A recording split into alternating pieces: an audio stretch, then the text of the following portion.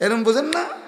তাল মারে, আপনি ডোলে, এটার বাড়ি মারে, এরপরে ঠ্যাঙ্গেরে যে আপনার বাড়ি মারে, লরে সরে। কি খবর? শৈলরে না মজা পাইতে আছেন দোস্ত? কি কইল রে? কি কইছে না ভাইয়া? ইমান নিছে। এই মাত্র আপনার ইমান ট্রান্সফার হইয়া চলে গেছে, আর চলে গেছে। আপনার অ্যাকাউন্টে আর টাকা নাই, খোঁজেন। হ্যাঁ, তালাজ্জুযু বিহা কুফর। আল্লাহ মাফ করে দেন মাওলা। সর্বশেষ কথা হইল, গান বাদ্যের এই অশ্লীলতা থেকে, এই হারাম থেকে বাঁচব কিভাবে? 3 জিনিসের মাধ্যমে। 1, বেশি বেশি দোয়া করা, মাওলা আপনি আমারে এই হারাম গান বাদ্যের এই স্বভাব থেকে ফিরায় দেন। ইমাম হযরত আবু বকর সিদ্দিক বলছেন, আল গিনা মিজমারুশ শাইতান, গান শয়তানের বাদ্য। এরপরে হযরত ওসমান বলছেন, লা ইয়াজতামিউ কলবুন ফীহিল কুরআন ওয়াল গিনা, এক অন্তরে কোরআন এবং গান একসাথে হতে পারে না। যেই দিলে গান আছে সেই দিলে কোরআন আসবে না, যেই দিলে কোরআন আছে ইনশাআল্লাহ সেই দিলে গান আসবে না, গান আসবে না। ইমাম মালিক রাহমাতুল্লাহ আলাইহি বলছে, মা ইয়াফআলুহু ইনদানা ইল্লাল ফুসাক, তিনি বলেন যুগ যুগ ধরে আমাদের আরব সমাজে গান বাদ্য যারা করে তাদেরকে আমরা ফাসিক ছাড়া অন্য কিছু বলি না। হ্যাঁ, ইমাম আহমদ ইবনে হাম্বল বলছে, আল গিনা ইউমবিতুন নিফাকা ফিল কলব, গান বাদ্য ধীরে ধীরে কোন ব্যক্তির অন্তরে ঈমান সরাইয়া মুনাফিকি উৎপন্ন করে। ইমাম শাফিঈ রাহমাতুল্লাহ বলছে, আল গিনা দিয়াসাতুন, গান বাদ্য যে অভ্যস্ত সে দাইয়ুস, তার জন্য জান্নাত হারাম। ইমামে আজম আবু হানিফা বলছে, সিমাউল আগানি ফিসকুন ওয়াত তালাজ্জুদু বিহা কুফরুন, গান শোনা প্রকাশ্য পাপ, আর গান শুননা মজা পাওয়া কুফরি। কুফরি কুফরি মজা পাওয়া বুঝেন? আপনারা জানেন একটা আশ্চর্য কথা শুনেন, আমরা তাফসিরে, আমি প্রয়োজনে আমার মাদ্রাসায় চলেন, আমি আরবি তাফসির দেখাইতে পারবো। তাফসিরে রুহুল মাআনি, পৃথিবী বিখ্যাত, সমস্ত আলেমদের কাছে গ্রহণযোগ্য একটা তাফসির হলো তাফসিরে রুহুল মাআনি। ওই তাফসিরের মধ্যে আমি নিজ চোখে পড়ছি, সর্বপ্রথম আরব দেশে কন্যা সন্তান জীবন্ত দাফন করা, কন্যা সন্তানকে জীবন্ত দাফন করতো না, শুনছেন নিয়ে কথা? এটা কেন শুরু করছে? কেন মানে প্রথম কন্যা সন্তানকে জীবন্ত দাফন করতো কেন, শুরু হইল কিভাবে এই ঘটনাটা? ওই তাফসিরের মধ্যে লিখছে, বিআইয়ি যামবিন কুতিলাত, এই আয়াতের তাফসির আছে কাসিম ভাই। তো লিখছে যে রবিয়া আরবের একটি বিখ্যাত গোত্র ছিল রবিয়া। এই রবিয়া গোত্রের একজন সর্দারের একটা কন্যা, অপরূপ সুন্দরী মেয়ে ছিল, রূপসী সুন্দরী মেয়ে। ওই সর্দারের একমাত্র কন্যা ছিল ওই মেয়েটা। সর্দার তাকে ভীষণ ভালোবাসতো, বেশি আদর করতো ওই মেয়েটাকে। তো পার্শ্ববর্তী এক গোত্রের, আরেক গোত্রের একটা ছেলে যুবক এই মেয়েটার সাথে সম্পর্ক করে, হারাম সম্পর্ক করে তারে ভাগাইয়ে নিয়ে গেছে, নিয়া ওই গোত্রে নিছে গা, নিয়ে এখন তাকে সে বিবাহ করছে, অথবা তখনকার রেওয়াজে বিবাহ যেটাই হয়েছে জাহিলি যুগের নিয়মে বিবাহ শাদী করছে। কিন্তু এই মেয়ের ভালোবাসায় এই রবিয়া গোত্রের এই সর্দার তার মেয়েটাকে ওই গোত্র থেকে উদ্ধার করার জন্য দিনের পর দিন লাগাতার বছরব্যাপী যুদ্ধ করছে। ওই ওরে আনতুবুল্লাহ, কিন্তু ওই গোত্র খুব শক্তিশালী, আর আরব দেশে জাহিলি যুগে যুদ্ধ বিগ্রহ ছিল তাদের নিত্যদিনের বিষয়। তো এই গোত্রের রবিয়া গোত্রের সর্দার, তার গোত্রের বহু যুবক, বহু পুরুষ নিহত হয়েছে, কিন্তু একবারও বিজয় আনতে পারে না, ওই মেয়েটাকে আনতে পারতেছিল না। কিন্তু উনি কোনোভাবে ছাড়তেছে না যে আমি আমার এই মেয়ে আনমু, ও আমার বড় আদরের সন্তান। শেষ পর্যন্ত বহুদিন পরে দুই গোত্রের বয়স্করা, প্রবীণ লোকেরা একটা পরামর্শ বৈঠকে বৈশা বলছে, না এর একটা সমাধান হওয়া দরকার। তখন রক্তারক্তি বন্ধ করে এই বয়স্ক প্রবীণ লোকেরা এরকম মেল মিটিং দরবারে মধ্যে বলছে যে ঠিক আছে, মেয়েটাকে ডাইকা আনো, মেয়েটাকে জিজ্ঞেস করো, মেয়েটা যদি যার কাছে থাকতে চায়, বাপের কাছে যদি ফিরতে চায় বাপের কাছে দেওয়া হবে, ছেলেটার কাছে যদি থাকতে চায় ছেলেটার কাছে দেওয়া হবে। এই কথাটা সিদ্ধান্ত তো সর্দারও মানছে, আচ্ছা ঠিক আছে তাহলে আমি মানি। ওই মনে করছে আমার কলজার টুকরা মেয়ে, আমার সারা আদরের মেয়ে, ও তো আমার কাছে আসবে।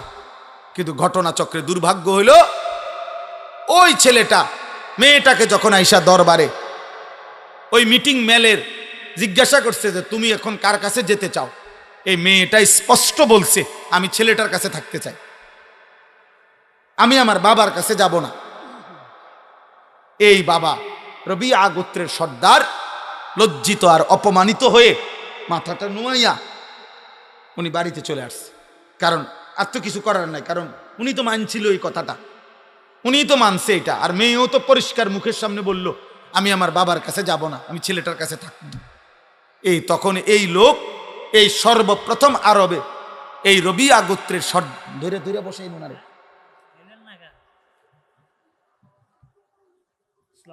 জি, রবিয়া গোত্রের এই সর্দারের আরেকটা ছোট মেয়ে ইতিমধ্যে ছিল, ওইটা তার প্রথম আদরের মেয়ে ছিল।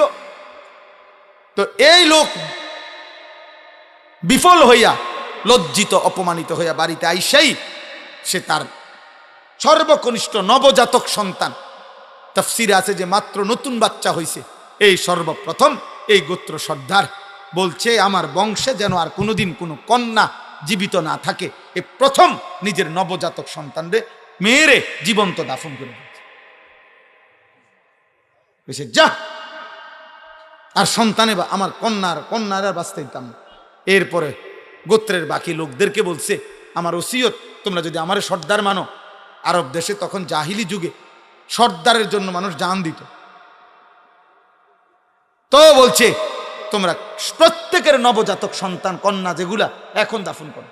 এই ধীরে ধীরে নবজাতক কন্যা দাফন করার এই রেওয়াজ ওই গোত্রের থেকে এরপরে অন্যান্য গোত্রে চলে গেছে। অর্থাৎ আমার বলার উদ্দেশ্য হইল, জাহিলি যুগে পর্যন্ত একজন পুরুষ তার ফ্যামিলির নারীর কন্যার আত্মসম্মানের জন্য তার বংশ রক্তপাত হয়েছে, জীবন দিছে, কিন্তু তার নারীর সম্মান ইজ্জত, তার বংশের নারীর মর্যাদার জন্য এত লড়াই, এত যুদ্ধ পর্যন্ত করছে। কোরআন শরীফের একটা সূরা আছে, সূরা মুমতাহিনা, কোরআন শরীফে 28 নম্বর পারা। এই সূরার মধ্যে একটা আয়াত আছে, আল্লাহ তাআলা নবীজিকে বলছে, হে নবী, কোন বিধর্মী নারী, মুশরিক নারী, মূর্তি পূজক নারী যদি আপনার হাতে কালেমা পড়ার জন্য আসে, তো আপনি তাকে নির্দিষ্ট কয়েকটি কথার উপরে বায়াত করাবেন, মানে শপথ করাবেন পর্দার আড়াল থেকে। যেই বিষয়গুলোর উপরে শপথ করাবেন, এই যে দেখেন শুনাই, ইয়া আইয়ুহান নাবিয়্যু, হে নবী আমার, ইজা জাআকাল মুমিনাতু, মুমিন নারীগণ ঈমান আনতে যখন আপনার কাছে আসবে, ইউবাইয়িনাকা, আপনি তাদের সাথে এই বায়াত করাবেন, এই শপথ বাক্য পাঠ করাবেন এই কথাগুলো। আলা আল্লাহ ইউশরিকনা বিল্লাহি শাইআন, 1 নাম্বার, কোন নারী তারা যেন আর কোনোদিন আল্লাহর সাথে শিরিক না করে। 2, ওয়ালা ইয়াসরিকনা, তারা যেন চুরি না করে। 3, ওয়ালা ইয়াজনিনা, তারা যেন আর কোনোদিন জিনা ব্যভিচার না করে। এই কথাটা বলার জন্য শুনেন তো, কি না করে বলছে 3 নম্বরে, কথা বলেন না। তো তাফসীরের মধ্যে আছে, আপনারা একটা ঘটনা সবাই জানেন, উহুদের যুদ্ধে নবী সাল্লাল্লাহু আলাইহি সাল্লামের একজন চাচা আমিরে হামজা, ওনাকে যে শহীদ করছে ওয়াহশী পাথর মাইরা, নবীজির চাচা। তো শহীদ করার পরে মক্কার কুরাইশ একজন সর্দারনি, একজন নারী, ওনার চাচার, নবীজির চাচার বুকের উপরে বৈশা ওনার চাচার বুকটা ফাইরা ফেলছিল। ফাইরা বুক ছিঁড়ে ওনার চাচার কলিজা এগুলারে কাইটা টুকরা টুকরা করে চাবাইয়া কামড়াইছিল। আর চাচার নাক, কান, আঙ্গুল সব কাইটা কাইটা টুকরা টুকরা করে এগুলারে গলার মালা বানাইছিল, ছিদ্র কইরা মালা বানাইয়া গলা ঝুলাইয়া এই নারী আপনার নৃত্য করেছিল উহুদের মাঠে। এই রাসূলুল্লাহ সাল্লাল্লাহু আলাইহি ওয়াসাল্লামের চাচার লাশের সামনে গান গাইছিল আর নাচছিল আর কি, মহিলাদেরকে নিয়ে নৃত্য করেছিল। এই নারীটার নাম হইল হিন্দ। এ যারে বলে হিন্দা, আমাদের স্বাভাবিক ভাষা বাংলা ভাষায় মানুষে কয় হিন্দা, মূলত আকারটা নাই আর কি। আরবি শব্দটা হলো হিন্দ। হিন্দ বিদ্যে উতবা, মক্কার কুরাইশ উতবার মেয়ে, আবু সুফিয়ানের স্ত্রী ছিল। তো এই হিন্দাই বলেন বুঝার জন্য আর কি। এই মহিলাটা যে এত জঘন্য ছিল যে নবীর চাচার কলজাটা ফাইরা ফেলছে, সমস্ত শরীর টুকরা টুকরা বুটি বুটি বানায় ফেলছে। কিন্তু এই মহিলাটাও মক্কা বিজয়ের পরে রাসূলুল্লাহ সাল্লাল্লাহু আলাইহি সাল্লামের কাছে কালেমা পড়ে মুসলমান হয়েছে। এই মহিলা তো যেদিন মুসলমান হয়, এই অন্যান্য মহিলার সাথে পর্দার আড়ালে এই মহিলাও আপনার যখন মুসলমান হইতে আসছে, তখন এই কথা এগুলার বায়াত নবীজি এ বেড়িরও কইছে। বোঝেন নাই কথা? ওই যে আল্লাহ না বলছে মহিলাদের থেকে আপনি এই কথাগুলোর কি নিবেন? বায়াত নিবেন। এর মধ্যে এই 3 নম্বরে, এই 3 নাম্বার যখন এই কথাটা নবীজি বলছে, ওয়ালা ইয়াজনিনা, বলো ওই পাশ থেকে যে জেনা করব না, এই মহিলাও এই মাত্র আজকে মুসলমান হইতেছে। হিন্দ এতদিন জাহিলি যুগের নারী ছিল, মুশরিক নারী ছিল। এই বাপ শুনেন, খোদার কসম তাফসিরে আছে, কাফের নারী ছিল। ও সাথে সাথে বলছে মুহাম্মদ থামো। কি বললা? এটা কি করবে না? বলছে জিনা করবে না। তখন এই মহিলা আওয়াজ দিয়া বলে উঠছে, মুহাম্মদ কোন স্বাধীনা, কোন ভদ্র নারী জিনা করতে পারে? অর্থাৎ এটা কি বললা? আমি তো জাহিলি যুগে যখন মুশরিক ছিলাম, আমার এই মুশরিক জামানা তো আমি কোনোদিন জিনা করিনি, কসম খোদা। তুমি এটা কি বললা? এ কথা আবার শপথ করতে হবে কেন? কোন নারী, স্বাধীনা সম্ভ্রান্ত নারী জিনা করতে পারে, পরপুরুষের সাথে হারাম সম্পর্ক করতে পারে? এটা কি আশ্চর্য কথা! তাহলে এক মুশরিক নারীর ভিতরে যদি জাহিলি যুগে এই আখলাক থাকে, আমাদের কি আখলাক হওয়া উচিত বলেন? দয়া করে রাগ হইয়েন না, বুঝতে শিখেন। এই ছোট্ট ছোট্ট আমাদের বালিকাদের 2-4টা মাদ্রাসা আছে। এই বালিকা মাদ্রাসাগুলো এখনো শেষ, একটু বাতি জ্বালাইয়া দেখাইতেছে যে ইমানদার নারীর চাল চলন, লিবাস, পোশাক, বোরখা, পর্দা কেমন হয়।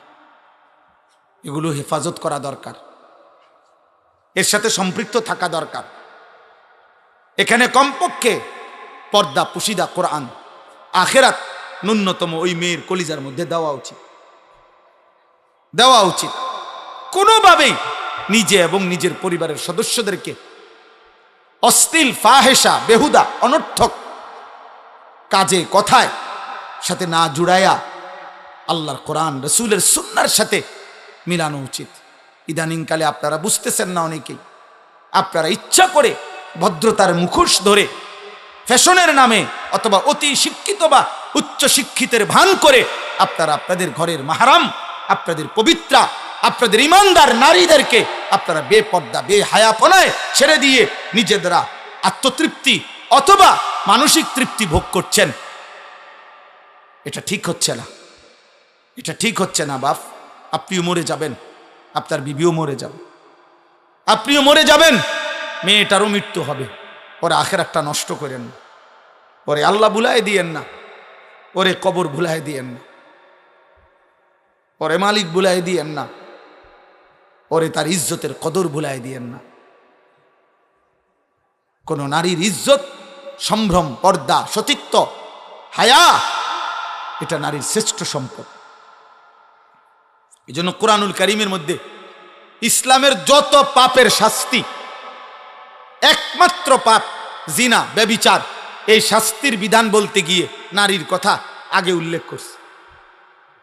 অর্থাৎ বুঝাইছে, আমরা তাফসিরে পড়ছি, তাফসিরে হেদায়েতুল কোরআন ভারতীয় উপমহাদেশের শ্রেষ্ঠ শেখুল হাদিস মুহাদ্দিস, এই শেষ জামানার শ্রেষ্ঠ মুহাদ্দিস যাকে বলা হইতো, যুগ শ্রেষ্ঠ আলেমে দিন, সারা পৃথিবী খ্যাত আলেমে দিন ছিলেন, দারুল উলুম দেওবন্দ মাদ্রাসার শেখুল হাদিস সদরুল মুদাররিসিন হযরত মাওলানা সাঈদ আহমদ পালনপুরি রাহমাতুল্লাহ আলাইহির কিতাব তফসিরে হেদায়েতুল কোরআন। ওই তফসিরে হেদায়েতুল কোরআনে আছে একজন নারীর সত্তার ভিতরে, রক্তের ভিতরে, নারীর অস্তিত্বের ভিতরে, নারীর সৃষ্টির মধ্যে আল্লাহ তাআলা হায়া, লজ্জার অনুভূতি পুরুষের চাইতো অনেক গুণ বেশি আল্লাহ সৃষ্টিগতভাবে বাড়ায় দিয়েছে। এটা তার অস্তিত্বের মধ্যে, এটা তার রক্তের মধ্যে, সৃষ্টির মধ্যে, তার হায়া, তার লজ্জা,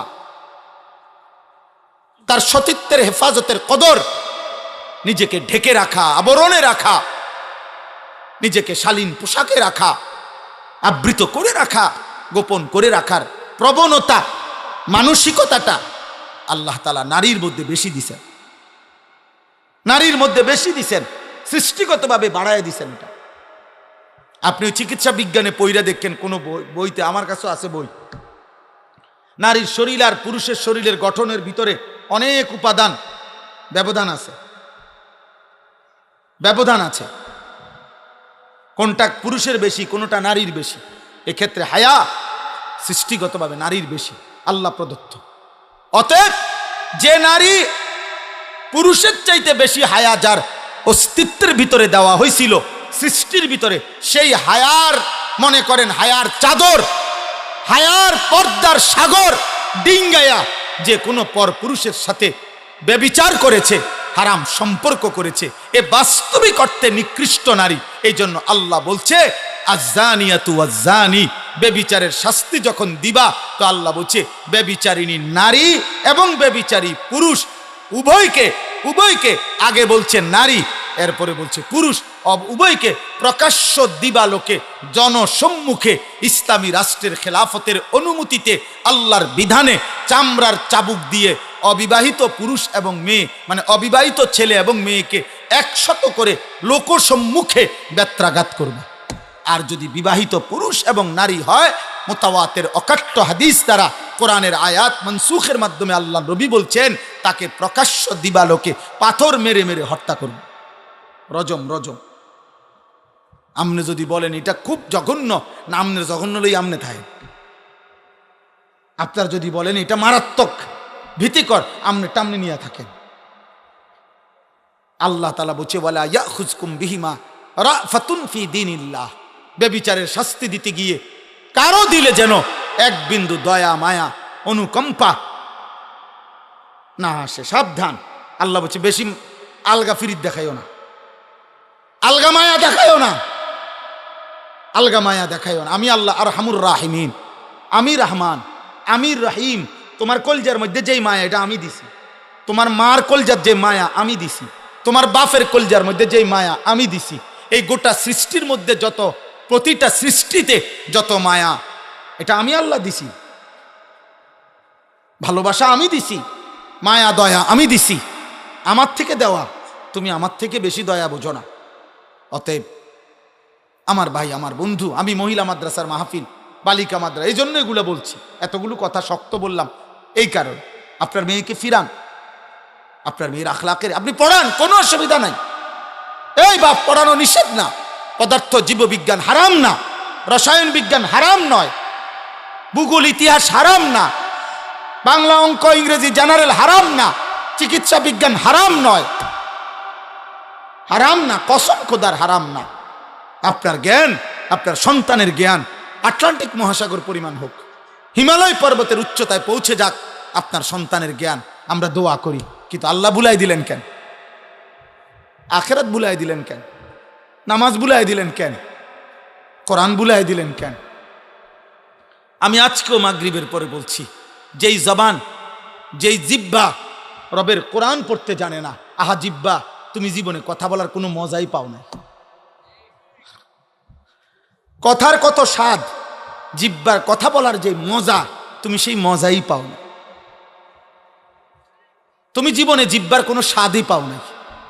আমি সবসময় বলি, যেই চোখ মালিকের ঘর দেখে নাই, কাবার কালো গিলাফ দেখে নাই, মদিনার সবুজ গম্বুজ দেখে নাই, ও তো দেখার কোনো মজাই পায় না। ও আর দেখলোটাই কে? কালো গিলাফ যে দেখে নাই, সবুজ গম্বুজ যে দেখে নাই, ওই চোখ আর দেখলো কি বেটা? কক্সবাজার 1 কোটি বার দেখলেও তো কালো গিলাফের সৌন্দর্যের সামনে কিচ্ছু না।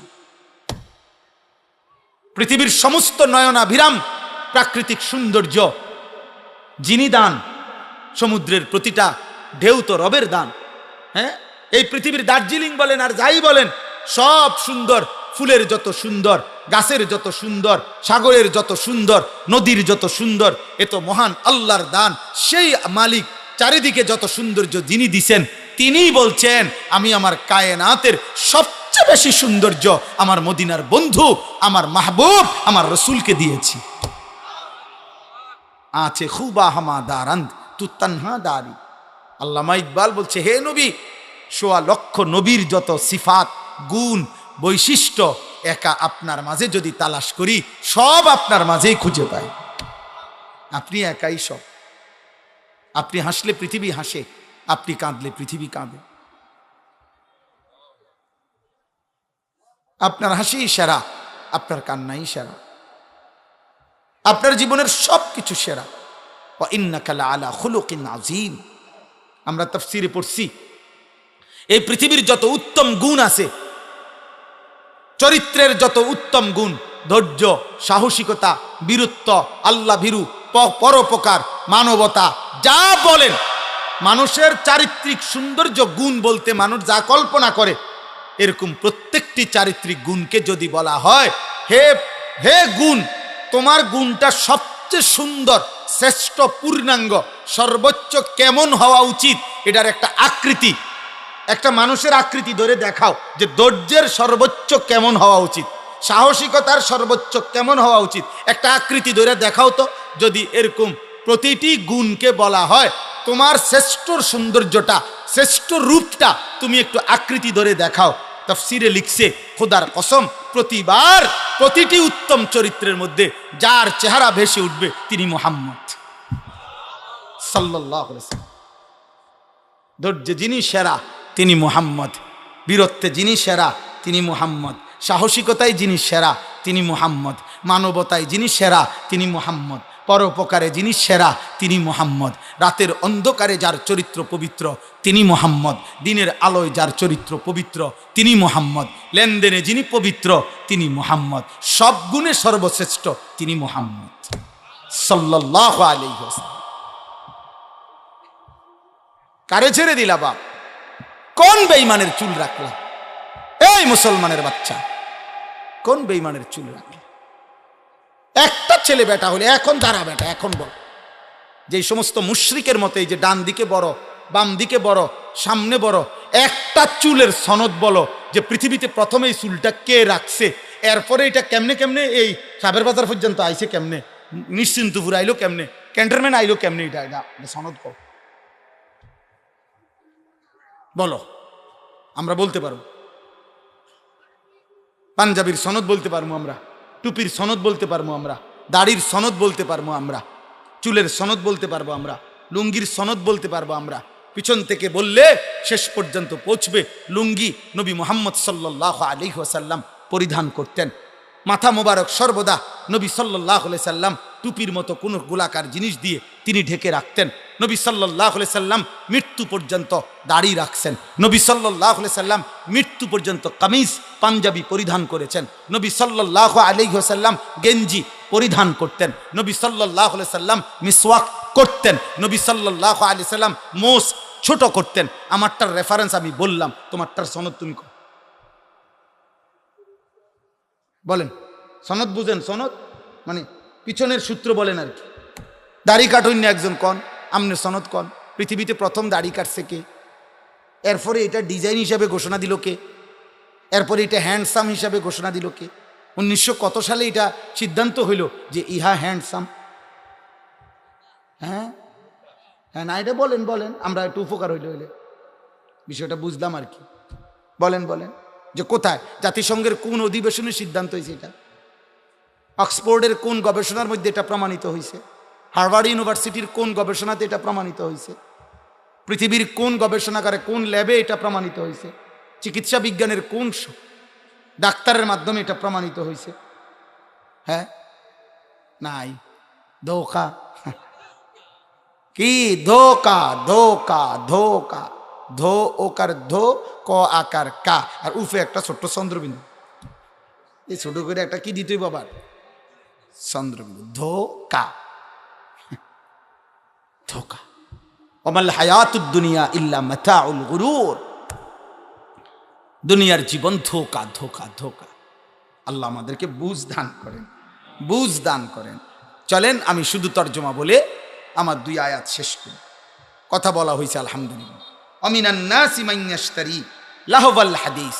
আল্লাহ বলে মানুষদের মধ্য থেকে যে সকল নাফরমান যাবতীয় অনর্থক, অসার, অবান্তর, অপ্রয়োজনীয়, গুনাহ মিশ্রিত কথাবার্তা সংগ্রহ করে, লিউদিল্লা আন সাবিলিল্লাহ, আল্লাহর পথ থেকে মানুষকে পথভ্রষ্ট করার জন্যে, বিগাইরি ইলমিন, মূর্খতাবশত, মনে মনে ভাবে জ্ঞানী, আসলে মূর্খ। আল্লাহ বলেন ওয়াত্তাখিজাহা হুজুয়া, মানে কোরআনের বিপরীতে যা সংগ্রহ করে, ইসলামের বিপরীতে যা সংগ্রহ করে, কোরআনকে বিদ্রুপ করে, ইসলামকে বিদ্রুপ করে, আমার শরীয়তকে বিদ্রুপ করে। আল্লাহ বলেন আমি ওয়াদা দিলাম উলাইকা লাহুম আযাবুম মুহিন, আমি তাদের জন্য লজ্জাকর, অপমানকর আযাব নির্ধারণ করেছি। দোস্ত, এজন্য কোরআনে আছে আখিরাতে আল্লাহ মানুষকে শাস্তি দিবেন। শুধু শাস্তি নয়, প্রথমে অপমান করবেন, বেইজ্জতি করবেন, এরপরে শাস্তি দিবেন। প্রথমে হাসরবাসীকে ফেরেশতার মাধ্যমে শুনাবেন, ফেরেশতারে বলবেন ও সবাইরে শুনাও এই বাটফারের গুনাডি কিতা কিতা কও, বলো। তো ফেরেশতারা বলবে সম্মানিত হাসরবাসীগণ আপনারা শুনেন, 1 নম্বরে উনি আছিলেন সিটার, 2 নম্বরে উনি সুদখোর, 3 নম্বরে ওজনে কম দিত। এরকম একটা পাপ, আমার হলে আমার, আপনার হলে আপনার। আল্লাহ আমারও মাফ করেন, আপনারও মাফ করেন। আযাবুম মুহিন, মুহিন মানে ইহানাত, অপমানকর শাস্তি আল্লাহ বলছেন। আচ্ছা, এরপরের আয়াত কি? আমি এটার আরেকটু ব্যাখ্যা এই 5 মিনিট বললে হবে।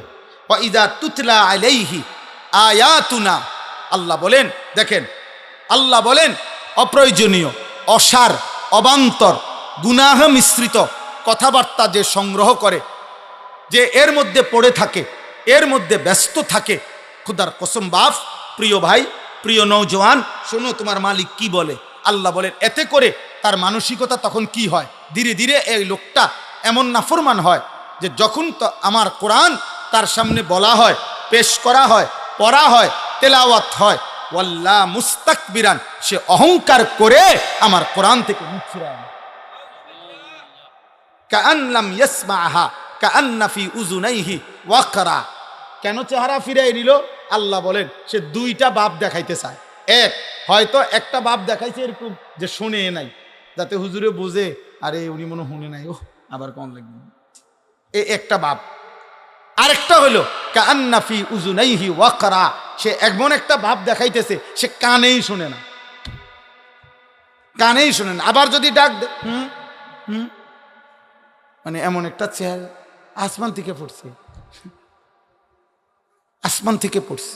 আল্লাহ বলেন এমন অহংকারী আমার কোরআন এমন একটা ভাব লইলা যেন শোনোও নাই, আমার কোরআনের ব্যাপারে এমন একটা ভাব নিলা যেন তোমার কানে বধির, ওয়াকরা মানে বধির, কানে শুনে না আর কি। আল্লাহ বলেন ফাবাশশিরহু বিআযাবিন আলীম, হে নবী আমার, বন্ধু আমার, এমন নাফরমানকেও আপনি অত্যন্ত পীড়াদায়ক, ভয়ানক, মর্মান্তিক আযাবের সুসংবাদ দেন। কি সংবাদ? মানে এটা হলো বিদ্রুপাত্মক কথা। আল্লাহ বলছেন পরে সুসংবাদ দেন যে ভাইজান আপনার জন্য একটি সুসংবাদ, আপনাকে অচিরেই কবরে টাঙ্গাইয়া ফেরুন, আপনি রেডি থাকেন। এক একটা বাড়িতে আপনি 7 জমিনের নিচে ডাইবা যাবেন। এবার আসেন 5 মিনিটে শেষ কথাটা হলো ওই একটা শব্দ শুধু বলার জন্য আমি ওইখানে পড়ছি, লাহওয়াল হাদিস। এখানে একটা শব্দ আছে।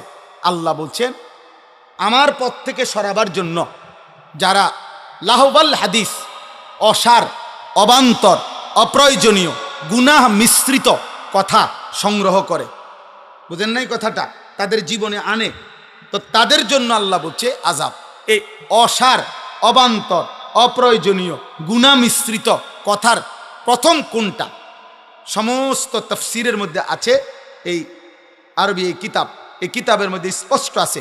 হযরত আব্দুল্লাহ ইবনে মাসউদ, নবীর বিখ্যাত সাহাবী, বলছেন ওয়াল্লাহিল্লাযী লা ইলাহা ইল্লা হু, তিনি বলছেন ওই আল্লাহর কসম যার তিনি ছাড়া আর কোনো ইলাহ নাই, আমি সেই রবের কসম করে বলছি, হুয়াল গিনা, লাহওয়াল হাদিস ওয়াল গিনা, সমস্ত গান বাদ্য, সমস্ত গান বাদ্য, গায়িকা, গানের আসর, নৃত্যের আসর, বাদ্যের যন্ত্রের ঝংকার, সুর, এই বাদ্যযন্ত্র সহ যত কথাবার্তার আয়োজন আল্লাহর কোরআনে এই লাহওয়াল হাদিস বলতে এটাই বোঝানো হয়েছে। হযরত আব্দুল্লাহ ইবনে মাসউদ সেটা কসম করে বলছে। অতএব প্রিয় বাপ, কোরআনুল কারীমে আল্লাহ বলছেন কোরআনের বিপরীতে গান, গায়িকা, নর্তকী, গানের আসর, বাদ্যযন্ত্রের ঝংকার যে তার জীবনে সংগ্রহ করে, যে তার জীবনে গ্রহণ করে, সে আল্লাহ বলেন আমি তাকে অপমান করে লজ্জাজনক আযাব দেব, পরে আমি আযাব দেব। আপনি ইনসাফের সাথে বলেন, আমার কথায় রাগ করেন না, আমি এমনও প্রতিবার কোনো দাওয়াত দিতে চাই না, উনি আমার বেশি পরিচিত দেখা মাহফুজ ভাই, এই জন্য আইসি, নাহলে এমনি ডেইলি প্রতি বছর দাওয়াত দিতে হইব এমন কোনো জরুরত নাই আমার। তো কাজেই আমি মানা করে দিলে, মুনাজাতের পরে মানা করে দিয়েন যে এই রুম শক্ত হুজুর আর আনবেন না, ভালো হুজুর আনবেন ভালো। তাইলে এই জন্য বলছি আমার এই কথাটা শুধু শুনে ইনসাফের কথা বলেন। যুবক ভাই, আপনারা যারা প্রতিনিয়ত দোস্ত মোবাইলের মধ্যে নারী ছবি, নাচ, নারীর ঝুংকার, নারীর বাদ্যযন্ত্র, গান সহ যেভাবে তোমরা ব্যস্ত আছো ভাইয়া, আগামীর পৃথিবী, আগামীর হায়াত, আগামীর সময়টা কি হবে? 2 নাম্বার হলো আপনারা যাদের ঘরে প্রতিনিয়ত টেলিভিশন চলে, আপনাদের ঘরের এই নাটক, সিনেমায় কোনো গায়িকা, কোনো নায়িকা, কোনো বাদ্যযন্ত্র কি বাজে না? কথা বলে না তো? এটা কি আপনি সংগ্রহ করেন নাই? এই ডিশের বিল আপনি দেন না? এই বিদ্যুৎ বিল কি আপনি দেন না? হ্যাঁ, আল্লাহ তাআলা তো বলছে এই মানুষটা, সে তার অনুসারীদেরকে আমি আল্লাহর পথ থেকে গুমরাহ করে, পথভ্রষ্ট করে।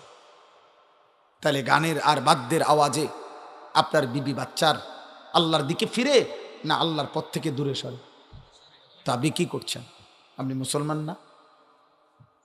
আপনার আখিরাত নাই? আপনি মরতেন না? আপনার এলাকায় আর কেউ মরে না? আপনি কারো জানাজা পড়েন নাই? আপনি কোনো লাশ দেখেন নাই? আপনি কোনো কবরের কান্না শোনেন নাই? হযরত ওমর ইবনে আব্দুল আজিজ বলতেন কবরে দাঁড়ায়া, আইয়ুহাল কবর মাযা ফাআলতা বিল আহিব্বা। পৃথিবী বিখ্যাত তাবিঈ ছিলেন, ইসলামের 5ম খলিফা বলা হইতো ওনারে, ওমর ইবনে আব্দুল আজিজ। উনি মাঝে মাঝে কবরস্থানে দাঁড়াইয়া বলতেন, হে কবর, বলো না তুমি আমার স্বজন, আমার আপনজনদের সাথে তুমি কি করছো? এই কবর, আমার চাচারে তোমার কাছে রাইখা গেছিলাম, আমার দাদা, আমার বাবা, আমার চাচাতো ভাই, আমার কত স্বজন তুমি কবরে রাইখা গেছে, বলো না? আইনাল আসদিকা, আমার বন্ধুরা কই এখন, কি অবস্থায় আছে, আমার স্বজনরা কেমন আছে? খোদার কসম তিনি কাঁদতেন, আর ওনার সাথে যারা দাঁড়ায় থাকতো ওনাদেরকে বলতেন, শোনো কবর আমারে কি বলছে জানো? তো তারা বলতো, বলেন কি বলছে?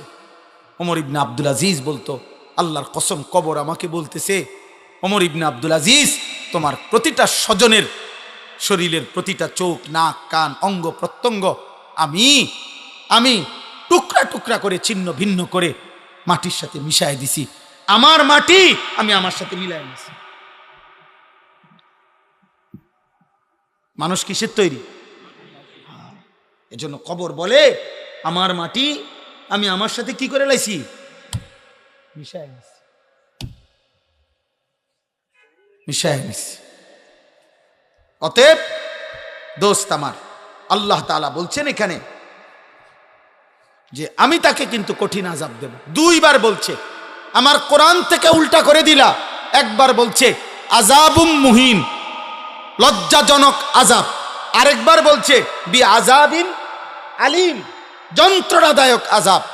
এরপরে শুনেন কোরআনুল কারীমের মধ্যে আছে আফা মিন হাযাল হাদিসে তা'জাবুন ওয়া তাদহাকুনা ওয়া লা তাবকুন ওয়া আনতুম সামিদুন।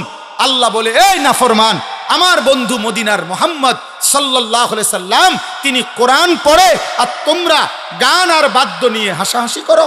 ঠিক আছে, আমি দেখব। এটা দ্বিতীয় আয়াত। 3, ইবলিস শয়তান। কোরআনুল কারীমের বনি ইসরাইল সূরাতে আছে ইবলিস শয়তান যেদিন আল্লাহর দরবার থেকে বিতাড়িত হয়ে গেছে, আল্লাহ তাকে দুনিয়ায় পাঠিয়ে দিছে, তাড়ায়ে দিছে আদম আলাইহিস সালামকে সেজদা না করার অপরাধে। সেদিন কোরআনে আছে ইবলিস আল্লাহকে বলছিল আপনি আমারে কিয়ামত পর্যন্ত হায়াত দেন, দিলে আদমের সমস্ত সন্তান আমি পথভ্রষ্ট করে দেব, আপনার কাছে আমি শুধু ইসরাফিলের ফু পর্যন্ত হায়াত চাই।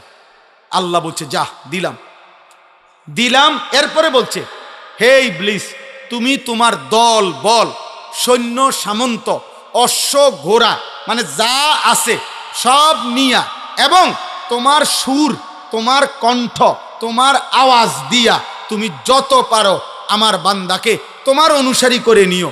ওয়াস্তাফজিজ মানিস্তাতা মিনহুম বিসাউতিকা, তোমার আওয়াজ দিয়ে তোমার শব্দ দিয়ে তুমি যতজন পারো আমার বান্দাকে নিয়ে নিও তোমার দলে। শুধু আমার যে বান্দা তোমার দলে যাবে ওরে শুধু একটা কথা শুধু বলবা, আমি তোমারে আর তোমার অনুসারীদেরকে দিয়ে জাহান্নাম পূর্ণ করব। শুধু এই কথাটা করবা, শুধু এই কথাটা বইলা।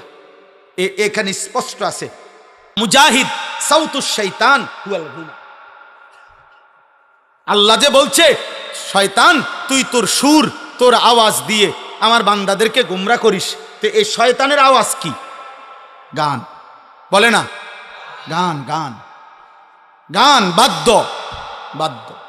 এটা কোরআনের দলিল, কোরআনের দলিল। এবার হাদিস শুনেন, রাসূলুল্লাহ সাল্লাল্লাহু আলাইহি সাল্লাম বলেন, এই হাদিসটাই আমি শুরুতে পড়ছি, লা ইয়াকুনু ফি উম্মতি, আমার উম্মত, ফি উম্মতি আমার উম্মতের মধ্যে শেষ জামানায় 3টা বড় আযাব আসবে। 1, খাসফুন, মাটি সহ ওদেরকে ধসাইয়া দেওয়া হবে।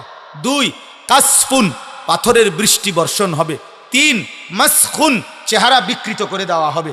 সাহাবারা জিজ্ঞেস করছে কিলা ইয়া রাসূলুল্লাহ মাতা, হে নবী কখন সেটা হবে? আল্লাহর নবী বলছেন, তিরমিজি শরীফের হাদিস, এটা আরব দেশীয় কিতাব, আরব দেশীয়।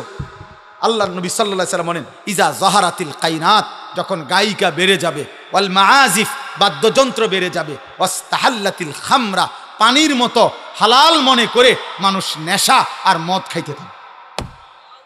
এ মনে রাখবেন, একটা খতিয়ানের মধ্যে 3টা দাগ আছে। এক খতিয়ানে 3 দাগ। এই 3 দাগ হলো নারী, মানে জিনা, ব্যভিচার, মদ, মদ জুয়া আর গান বাদ্য। যেখানে গান সেখানে নারী, সেখানে নেশা। এটা এক খতিয়ানে 3 দাগ, খতিয়ানে একটা। হ্যাঁ, এই 3 জিনিস একসাথে। যেখানে নেশার আয়োজন সেখানে নারীর আয়োজন, সেখানে গান। যেখানে গানের আয়োজন সেখানে নারীও আছে, নেশাও আছে। যেখানে নারী আছে, জিনা ব্যভিচারের ব্যবস্থা, সেখানে নেশাও আছে, গানও আছে। বোঝেন না কথাটা? এটা কি এক খতিয়ান, এক খতিয়ান। অতএব স্পষ্টভাবে চেহারা বিকৃত হয়ে যাবে। মুসলমানের সন্তান ভাইয়া, ইনসাফ থাকলে কোনো ভদ্র, পুত, পবিত্র, ইমানদার কিশোর যুবক যে 5 ওয়াক্ত নামাজ পড়ে, তোমার এলাকার যদি এমন কেউ থাকে, তো তোমরা যারা নামাজ পড়ো না, নারী ছবি, মোবাইলের অস্থির দৃশ্য রাতভর দিনভর দেখো, আল্লাহর কসম বিবেক থাকলে দোনোজনের চেহারা একসাথে মিলাইয়া নিও, তো দেখবা তোমার চেহারার সুরত কি। অর্ধেক ডিসকালার হয়ে গেছে, বেডি চাইতে চাইতে, নর্তকী দেখতে দেখতে অর্ধেক চেহারা বসকাই গেছে, সাফা সুফা কড়ি মড়ি ভিতরে ঢুকে গেছে অর্ধেক। জি জি জি, আমরা জানি, আমরা জানি, চুল দিয়া চেহারা ঢাকা যায় না, চুল আরো লম্বা করলেও চেহারা ঢাকবে না। এই জন্য তো তোমার ইবলিসে আগেই বলে দিছে, দুষ্ট শয়তানের অনুসারীরা যে তোমারে কাম দিলাম এরকম করবা, চুল ফিরাই বাস। আচ্ছা আমার একবারে বেশি চিন্তা লাগে এটা, আজ বেশি রাইতে হয়ে গেছে, এরপর আপনাদের একটা জিগাই আর আমরা অপসরা সিজন আমরা একটা জিগাই। আচ্ছা বলেন যে এইখানে বৈশা যদি একটা লোক এইখানে দাঁড়াইয়া এই নিজের এই হাতটাকে এমন করে, মনে করেন 5 মিনিট করলো, আচ্ছা যেই কোনো মানুষকে বোমা এই পাগল এনে খার করে নেবে বলবে কিনা বলে, এই থেকে এরম করে কি রে ভাই আপনার কি সমস্যা, আপনি এরম করেন কা? তা তুমি কে এরম করো ভাইয়া, তুমি চুলেটার এমন করো কেন? তোমারে কোন মাতালে এই বুদ্ধি দিল যে এটা ফ্যাশন, এটা তো তোমার একটা আকাম ধরাই দিল, তোমার তো একটা ফালতু কামেনা ধরাই দিল, এতে বেলা তুমি মুড়ি বাজদা, তুমি হ্যাঁ বাদাম বাজতা, মাশাআল্লাহ কমপক্ষে 300 টাকার বাদাম বেচতে, এতটি লোক বাদাম কিনলে ফায়দা হইতো। এজন্য আমার শায়েখ আল্লামা মুফতি মুশতাকুন নবী কাসিমি হুজুর বলছেন আমার মাদ্রাসায় ওই দিন বৃহস্পতিবারে যুবকদেরকে বলতে গিয়ে যে হে যুবক, প্রয়োজনে তুমি 12 ঘন্টা হালাল উপার্জনের জন্য কর্ম করো, আল্লাহ নারাজ হবে না একবারও। তুমি শুধু সেজদা দিও, নামাজের ওয়াক্তে নামাজ পড়ো, আল্লাহর মুখে মুখে ডাইকো, আর 12 ঘন্টা 18 ঘন্টা প্রয়োজনে উপার্জন করো, রোজগার করো। রোজগার করে যদি তুমি 1000 কোটি টাকার মালিক হও, হালাল উপার্জন করে, খোদার কসম আল্লাহ নারাজ হবে না, নারাজ হবে না, নারাজ হবে না। তুমি উপার্জন করো, তুমি মাড়ি কাটো বেটা, কিছু একটা করো। 18 বছর বয়সের যুবক এত অপদার্থ হয় কেমনে যে টোটো টোটো করে ঘুরে? 8 ঘন্টা, 3টা থেকে রাত 11টা, 8 ঘন্টা যে ঘুরলা, এই পৃথিবীতে কর্মের ঘন্টা 8 ঘন্টা। সারাটা দেশে অগণিত মানুষের কর্মস্থলে কর্মঘণ্টা কত? 8 ঘন্টার ডিউটিতে 40,000 টাকা বেতন পায়। এই 8 ঘন্টার ডিউটিতে 1 লক্ষ টাকা বেতন পায়। এই 8 ঘন্টার ডিউটিতে গার্মেন্টস চলে, মেল চলে, ফ্যাক্টরি চলে, সমস্ত সরকারি প্রতিষ্ঠানগুলোতে সকাল 8টা থেকে বিকাল 4টা পর্যন্ত 8 ঘন্টার ডিউটি হয় না? তাইলে 8 ঘন্টায় তো রাষ্ট্র চলে, 8 ঘন্টায় তো পৃথিবী চলে। তুমি কেমনে 8 ঘন্টা আড্ডা দিয়ে শেষ করে দিলা? বলো না ভাই, একজন ভাই বলো, একজন যুবক বলো, করছোটা কি বাবা, করছোটা কি? কেউ জানে না পৃথিবীর কখনকার কোন জায়গার মানচিত্র কখন উল্টে যায়। সুদান সম্পর্কে কেউ ভাবে নাই এমন নির্মম একজন মানুষ, একজন কসাই, একজন ব্যক্তি তার জঘন্য কিছু অনুসারী নিয়ে এভাবে বনি আদমকে জবাই করে ফেলবে, কেউ জানতো না। কিন্তু রক্তের বন্যা বহায় দিছে, রক্তের বন্যা বহায় দিছে। অতএব দোস্ত, তোমার আমার বাবা বিদেশ অথবা উপার্জন করে, অতএব আজীবন মৃত্যু পর্যন্ত আমাদের জীবনের কোনো অসুবিধা হবে না, এই নিরাপত্তা কে দিল বাপ? কে দিল? আল্লাহ আমাদেরকে হেফাজত করেন। অতএব আজকে এই নিয়ত করেন, গান বাদ্য থেকে বেঁচে থাকবো ইনশাআল্লাহ। বলেন ইনশাআল্লাহ। ইমাম হযরত আবু বকর সিদ্দিক বলছেন, আল গিনা মিজমারুশ শাইতান, গান শয়তানের বাদ্য। এরপরে হযরত ওসমান বলছেন, লা ইয়াজতামিউ কলবুন ফীহিল কুরআন ওয়াল গিনা, এক অন্তরে কোরআন এবং গান একসাথে হতে পারে না। যেই দিলে গান আছে সেই দিলে কোরআন আসবে না, যেই দিলে কোরআন আছে ইনশাআল্লাহ সেই দিলে গান আসবে না, গান আসবে না। ইমাম মালিক রাহমাতুল্লাহ আলাইহি বলছে, মা ইয়াফআলুহু ইনদানা ইল্লাল ফুসাক, তিনি বলেন যুগ যুগ ধরে আমাদের আরব সমাজে গান বাদ্য যারা করে তাদেরকে আমরা ফাসিক ছাড়া অন্য কিছু বলি না।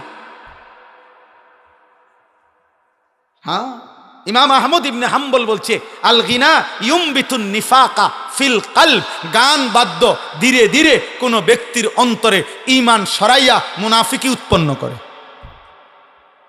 ইমাম শাফিঈ রাহমাতুল্লাহ বলছে, আল গিনা দিয়াসাতুন, গান বাদ্য যে অভ্যস্ত সে দাইয়ুস, তার জন্য জান্নাত হারাম।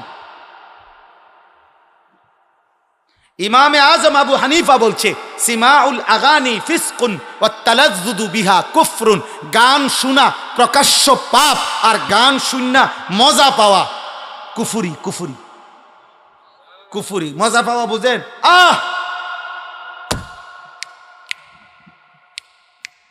এরকম বুঝেন না? তাল মারে, আপনার ডোলে এটার বাড়ি মারে, এরপরে ঠ্যাঙ্গেরে যে আপনার বাড়ি মারে, লরে সরে, কি খবর শৈলরে না? মজা পাইতে আছেন দোস্ত? কি কইল রে? কি কইছে না ভাইয়া? ইমান নিছে, এই মাত্র আপনার ইমান ট্রান্সফার হইয়া চলে গেছে, আর চলে গেছে। আপনার অ্যাকাউন্টে আর টাকা নাই, খোঁজেন। হ্যাঁ, তালাজ্জুযু বিহা কুফর। আল্লাহ মাফ করে দেন মাওলা। সর্বশেষ কথা হইল, গান বাদ্যের এই অশ্লীলতা থেকে, এই হারাম থেকে বাঁচব কিভাবে? 3 জিনিসের মাধ্যমে। 1, বেশি বেশি দোয়া করা, মাওলা আপনি আমারে এই হারাম গান বাদ্যের এই স্বভাব থেকে ফিরায় দেন। 2, কোরআনুল করিমের মধ্যে ডুবে থাকা। কমপক্ষে এতটুকু করো যুবক ভাই, বাবা যদি কোরআন আপাতত পড়তেও না পারেন, শিখতে চেষ্টা করেন, আর না হয়তো কমপক্ষে চেষ্টা করেন একদিকে শিখতে, আর আরেক দিকে প্রতিনিয়ত কোরআনুল করিমের তিলাওয়াতের মধ্যে ডুবে যান। কোরআন শুনেন, কোরআন তিলাওয়াত শুনেন, কষ্ট হইলেও শুনেন, বারবার শুনেন। মনে করেন প্রথম অশান্তি লাগতে আছে, পেরেশানি লাগতে আছে, বারবার মন চাইতেছে গান বাদ্য নাটক সিনেমা শুনতে, না, কোরআন শুনেন, আবার শুনেন, আবার শুনেন, ওষুধের মতো শুনেন। আমারে একটা হোমিও ডাক্তারে গ্যাস্ট্রিকের একটা ওষুধ দিছে, এটা এমন তিতা, আমি মানে চোখ বন্ধ করে এমনি খাইয়ালাই, এটা বেশি তিতা, শিরা ফিরা এ কদ্দুর খাইতে, মানে আমার একটা মানে শোল্ডার মধ্যে কাঁপ দিয়ে ওঠে এটা খাইতে বলি। কিন্তু উনি দেখছি যে উপকার আছে, খুব উপকার হয়েছে, ফায়দা পাইছি। খুব তিতা, বেশি তিতা এটা। তাহলে মনে করেন তিতার মতোই আপনি কিছুদিন চেষ্টা করেন, ইনশাআল্লাহ অচিরেই ধারাবাহিক যুবক ভাই আল্লাহর কোরআন শুনতে শুনতে, কোরআন শুনতে শুনতে, কোরআন শুনতে শুনতে রব তোমার কলিজার মধ্যে কোরআন বসায় দিবেন। 3 নাম্বার হলো মৌতের ফিকির। মৌতের ফিকির এখানে স্পষ্ট লিখছে, এটা আরবি কিতাব, আল্লামা ইমাম ইবনুল কাইয়িম রাহমাতুল্লাহ উদাহরণ দিছে, অনেক লম্বা, আমি আর পড়তেছি না। অনেকগুলো ঘটনা লিখছে পূর্ববর্তী জামানায়, কসম খোদার এখানে আছে, পূর্ববর্তী জামানায় এমন অনেক ব্যক্তির জীবন এমন গেছে, আহা, যে মৃত্যুর সময়, এখানে ডাইরেক্ট আছে, কাসেম ভাই লিখছে যে মৃত্যুর সময় ওই ব্যক্তি যে নিয়মিত গান শুনতো তাকে বলা হয়েছে কুল লা ইলাহা ইল্লাল্লাহ, তুমি লা ইলাহা ইল্লাল্লাহ পড়ো, ওয়ালাকিন ইউরাদ্দিদু আবিয়াতাম মিনাল আগানি, কিন্তু সে বারবার যতবার বলে তাকে কালেমা পড়ো, সে ততবার গানের বাক্য দোহরায়। হাত্তা মাতা বিলা কওলি লা ইলাহা ইল্লাল্লাহ। এমন কি ওই নাফরমান উনি লিখছেন লা ইলাহা ইল্লাল্লাহ বলা ব্যতীতই তার মৃত্যু হয়ে গেল। এজন্য গান বাদ্যে এ টুং টুং টুং টুং সুর ঝংকার, নারীর নৃত্য গায়িকার আসর, প্রিয় ভাই প্রিয় বাপ, রাত গভীরে অনেক কষ্ট দিলাম, লম্বা বয়ান হয়ে গেছে, আপনাদেরকেও কষ্ট দিছি। এতটা সময় তো আমার মাহফুজ ভাইয়েরও ইচ্ছা ছিল না, কিন্তু আমি এটা অনুরোধ করছি, প্রত্যেকে নিজ নিজ জীবন থেকে এই বদভ্যাস ছেড়ে দেন ইনশাআল্লাহ। আল্লাহ আপনাদেরকে তৌফিক দেন, কবুল করেন। আগামী 20 তারিখ 20 নভেম্বর, কি বার? বৃহস্পতিবার, ইনশাআল্লাহ আমাদের এখানে সাহেবের বাজার, আপনার ইউনিয়ন পরিষদের পাশে, আপনারা জানেন আলহামদুলিল্লাহ ময়নামতি দারুল আহকাম মহিলা মাদ্রাসা, ওইটাও আলহামদুলিল্লাহ প্রাচীন এবং আমাদের এই অঞ্চলের মেয়েদের জন্য সবচেয়ে বড় মাদ্রাসা, এবং দাওরায়ে হাদিস মহিলা মাদ্রাসা, ওই মাদ্রাসার বার্ষিক মাহফিল 20 নভেম্বর। আপনাদের দাওয়াত, আমারও দাওয়াত, আমারও দাওয়াত। সর্বশেষ 1টা মিনিট আমি এখনই দোয়া করছি, আর যাইয়েন না, 1 মিনিট আমি একটা ছোট্ট অনুরোধ করি। আলহামদুলিল্লাহ মাদ্রাসা আমাদের প্রিয় ভাই মাওলানা মাহফুজ ভাই, আমরা শুরুর থেকে এই মাদ্রাসায় আসছি, মুসলমানের ইমানদার কন্যাদেরকে দিন শিখাচ্ছে। আপনাদের প্রত্যেকের কাছে আমার শায়েখ আল্লামা মুফতি মুশতাকুন নবী সাহেব আমার একটা ওসিয়ত করছে সব সময়, যে মাওলানা যখনই ভালো কাজ দেখবেন, যেখানেই নেক কাজের কোনো আয়োজন দেখবেন, কিছু না কিছু দিয়ে আপনিও শরিক থাকবেন। হুজুর এটা সব সময় বলতেন, বলে আমারে অনেক বলছে, যেখানেই ভালো কাজ দেখবেন নেক কাজ, ওইখানে যদি আপনি একটু দিয়া অংশগ্রহণ করেন, হতে পারে আর কোনোদিন আপনার নামও কেউ জানলো না, কিন্তু হাসরের ময়দানে এরকম বহু জায়গার নেকি একসাথে দেখে আপনি খুশিতে আনন্দে আত্মহারা হয়ে যান। হ্যাঁ, আত্মহারা হয়ে যান। দেখবেন চলার পথে আপনি কোথাও কোনো মসজিদের 100 টাকা দিছিলেন, তো সেই 100 টাকার নেকিও আপনার নামে অনেক জমা হয়েছে। তো এই জন্য এই মাদ্রাসাটাতেও আলহামদুলিল্লাহ আমরা প্রত্যেকে 2টা মিনিট আপনারা যদি পকেটে হাত দেন, যার যার ভালোবাসা তৌফিক অনুপাতে, মুসলমানের কন্যারা অনেক দুর্বল, অনেক অসহায় মেয়েও পড়ে, তাদের জন্য আর্থিক যেন সহযোগিতা করা যায়, সব মিলিয়ে মাদ্রাসাটা যেন তার দ্বীনি কার্যক্রম চালাইতে পারে, প্রত্যেকের ভালোবাসা নিয়ে যেটুকু হয় আপনারা একটু সহযোগিতা করেন। 2 জন ভাই 4 জন ভাই উঠাইয়া টাকাটা নিয়ে নেন, দেন, থাকলেই দেন, না থাকলে দোয়া করেন, আল্লাহ আপনাদেরকে তৌফিক দেন, কবুল করেন। মাশাআল্লাহ। কাসিম ভাই কি অতিথি নাকি? মৌলানা আবুল কাসিম ভাই 1000 টাকা দিয়েছেন, আল্লাহ কবুল করেন, আলহামদুলিল্লাহ।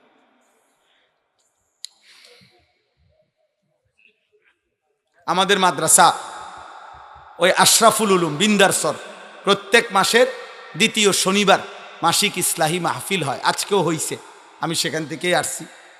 2য় শনিবার মাসের মা বোনদের জন্য সকাল 10টা থেকে, মাশাআল্লাহ।